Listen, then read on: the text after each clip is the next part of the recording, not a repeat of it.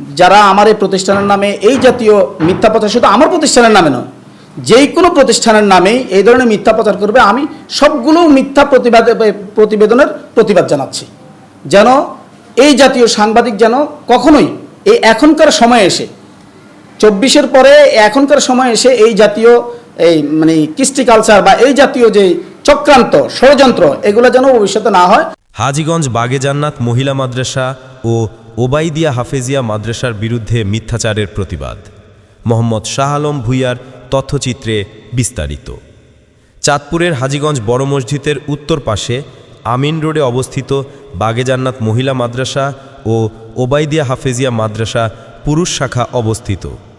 খুবই সুনামের সাথে মনোরম পরিবেশে অবস্থিত এই মাদ্রাসাটি পরিচালিত হয়ে আসছে।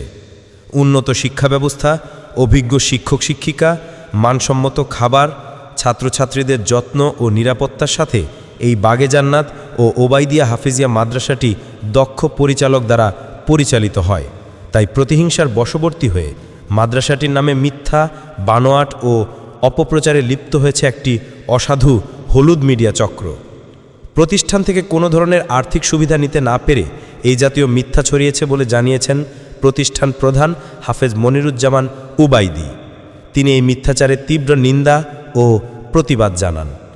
আইন প্রয়োগকারী সংস্থার নিকটও অভিযোগ জানিয়েছেন তিনি। প্রতিষ্ঠান প্রধান ও পরিচালক মনিরুজ্জামান উবাইদি বলেন, অন্য একটি প্রতিষ্ঠানের ছাত্রের উপর বেত্রাঘাতের ভিডিও ফুটেজ এনে আমার মাদ্রাসার সাইনবোর্ড ব্যবহার করে একটি অসত্য ভিডিও তৈরি করে তা প্রচার করে আমার প্রতিষ্ঠানের মান ক্ষুণ্ণ করার মতো জঘন্য মিথ্যাচারের আশ্রয় নিয়েছে একটি মহল। তিনি বলেন, আমি মিডিয়ার মাধ্যমে প্রকৃত সত্য প্রতিষ্ঠানের শুভাকাঙ্ক্ষী ও অভিভাবকদের নিকট জানিয়ে রাখলাম। আমার নাম মোহাম্মদ মনিরুজ্জামান ওবাইদি। আমি হাজীগঞ্জ বাগে জান্নাত মহিলা মাদ্রাসা ও ওবাইদিয়া মাদ্রাসার বর্তমান পরিচালক হই। গত কিছুদিন আগে আমাদের মাদ্রাসায় একটি বাচ্চাকে শাসন করার কারণে দেখা যায় যে কিছু কুচক্রী মহল, আমি কুচক্রী মহলই বলবো, তারা প্রতিষ্ঠানের ক্ষতি করার উদ্দেশ্যে কিছু সাংবাদিকদেরকে খবর দেয়। তো ওরা এসে আমার অফিসে প্রথমে সর্বপ্রথম আমার মাদ্রাসায় যে বাচ্চাকে নিয়ে ঘটনা, ওই বাচ্চার কাছে যায়। গিয়ে বাচ্চা আতঙ্কিত হয়ে যায়। প্রায় 10-15 জন মানুষ আসাতে বাচ্চা ভয় পেয়ে যায়। তারপরেও বাচ্চা যে কথা বলেছে ওই কথাও যদি তারা প্রচার করতো তাহলে আমার মাদ্রাসায় কোনো সমস্যা হতো না। বাচ্চাকে বলছে যে তোমাকে মারছে কিনা, বাচ্চা বলছে না, আমাকে বেশি মারে নেই। তো বাচ্চাটি আমার একেবারে ঘনিষ্ঠ আত্মীয় হওয়ার কারণে সে ভাবছিল হয়তো আমাকে কোনো ধরনের এফেক্ট করবে বা আমাকে ধরে নিয়ে যাবে বা এই জাতীয় কিছু। তো সেজন্য বাচ্চা কেঁদে কেঁদে বলছিল যে আপনারা আমার ফুফাকে কিছু করেন না বা আমার ফুফাকে ধরে নিয়ে যায় না। এই কথাটা বলার সময় বাচ্চা কেঁদে দিছে, অর্থাৎ ভয়ে। তো এই কাঁদার ভিডিওটা, অর্থাৎ তার বয়সটা নিয়ে শুধু কাঁদার ভিডিওটা নিয়ে নিছে আর আমাকে এসে জিজ্ঞেস করছে যে আমি কেন শাসন করছি। তাই বললাম যে দেখেন, এটা আমার ফ্যামিলিগত বিষয়।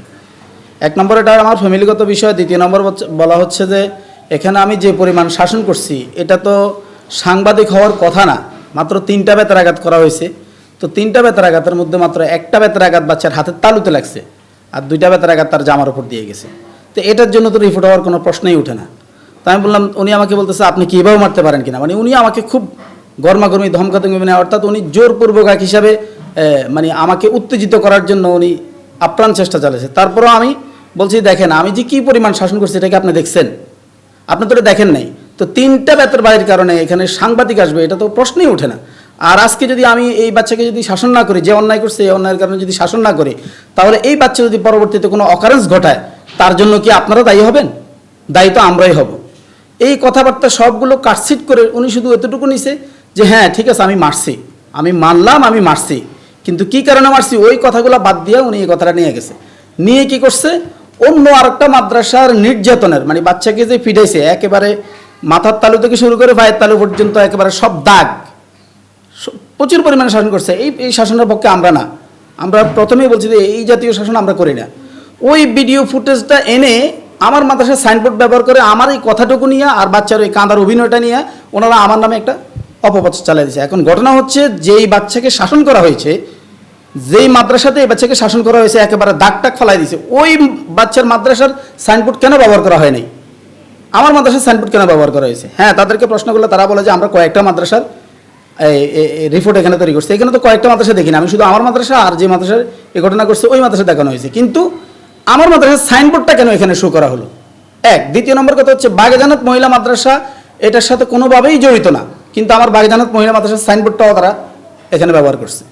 এখন আমার প্রশ্ন হচ্ছে যে এই জাতীয় যারা সাংবাদিকতা করে, এটা কি আদৌ কি সাংবাদিকতার মূল যে নীতি এটা কি ওরা জানে, নাকি ওরা শুধু সাংবাদিকতার মাধ্যমে ধান্দাবাজি করে?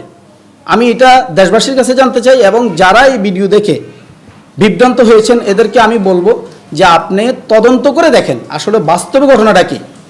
এখানে আমার প্রতিষ্ঠানের নামে যে বদনামটা ছড়ানো হয়েছে বা আমার প্রতিষ্ঠানের নামে যে মানক্ষুণ্ণ করা হয়েছে এটা আদৌ সঠিক কিনা এটা আপনারা যাচাই করেন। বিশেষ করে আমার এখান থেকে প্রায় 10 জনের মতো ছাত্র ছাত্রী চলে গেছে, 10 জনের মতো। এখন এই যে 10 জনের মতো যারা চলে গেছে, আমি ওনাদেরকে অনুরোধ করব আপনারা আগে বিষয়টা বোঝার চেষ্টা করেন, বোঝার চেষ্টা করে তারপর আপনারা একটা সিদ্ধান্ত নেন।